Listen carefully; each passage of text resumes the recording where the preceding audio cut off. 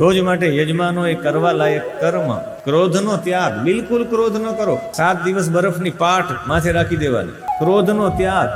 ભોજનમાં રહી શકો તો એક ટાઈમ ભોજન કરો, એક ટાઈમ ન કરો. ન રહી શકો તો બંને ટાઈમ ભોજન કરો, પણ ક્રોધનો ત્યાગ, ભોજનનો ત્યાગ નહીં. બધા ઉપવાસ રાખતા હોય, મને કહેવાની ઈચ્છા થાય કે અત્યારે મોબાઈલનો ઉપવાસ રાખવાની જરૂરિયાત છે. એક દિવસ હું મોબાઈલને સ્પર્શ નહીં કરું એવો તો કોઈ રાખે?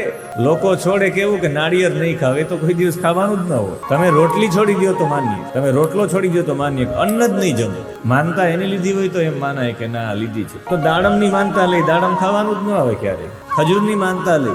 હું કહું અત્યારે માનતા લેવી હોય તો મોબાઈલની માનતા લેવી જોઈએ કે હું મોબાઈલ એક દિવસ, આખો દિવસ સ્પર્શ નહીં કરું. મારા ઘરે એવો નિયમ છે, એકાદશીના દિવસે કોઈ મોબાઈલ અડે નહીં. હું ફોન કરું તો ફોન ના ઉપડે. એકાદશીના દિવસે મોબાઈલ જ ના અડે. એકાદશીના દિવસે ઉપવાસ એ મોબાઈલનો સ્પર્શ નહીં. આ ઉપવાસ એટલે જો ત્યાગ કરવો હોય, કથાની અંદર ત્યાગ કરવો હોય 7 દિવસ, તો ક્રોધનો ત્યાગ કરી દો.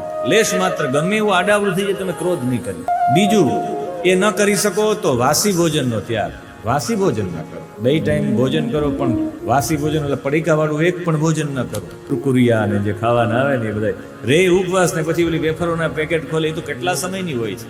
એટલે વાસી ભોજનનો ત્યાગ, એનાથી જ મન બગડે છે. બની શકે તો જપ કરો માળા લઈને.